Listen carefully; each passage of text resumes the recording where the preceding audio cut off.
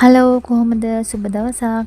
ඉතින් මම අද හැදුවේ අයිසින් කන්න අකමැති කෙනෙක් වෙනුවෙන් ආදරණීය අම්මා කෙනෙක් වෙනුවෙන් ලස්සන කේක් එකක්. ඉතින් මට ඒ ඕඩර් එක දීපු කස්ටමර් කිව්වේ නංගි අයිසින් මුකුත් ගාවන්න එපා. අයිසින් කන්න කැමතිම නැහැ.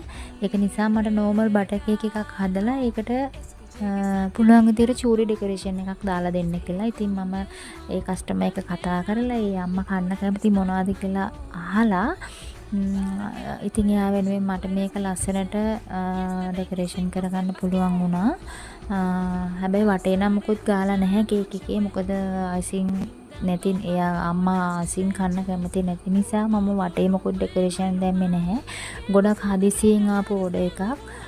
ඒක නිසා ඒක ගොඩක් හදිසියෙන්ම හදපු නිසා මට මේක හදන වීඩියෝ ගන්න බැරි වුණා. ඉතින් ඊළඟ දවසේ ආයෙ කේක් එකක් හදද්දී ඒ වීඩියෝ එකකුත් එක්ක මම වොයිස් එකක් අරගෙන එන්නම්.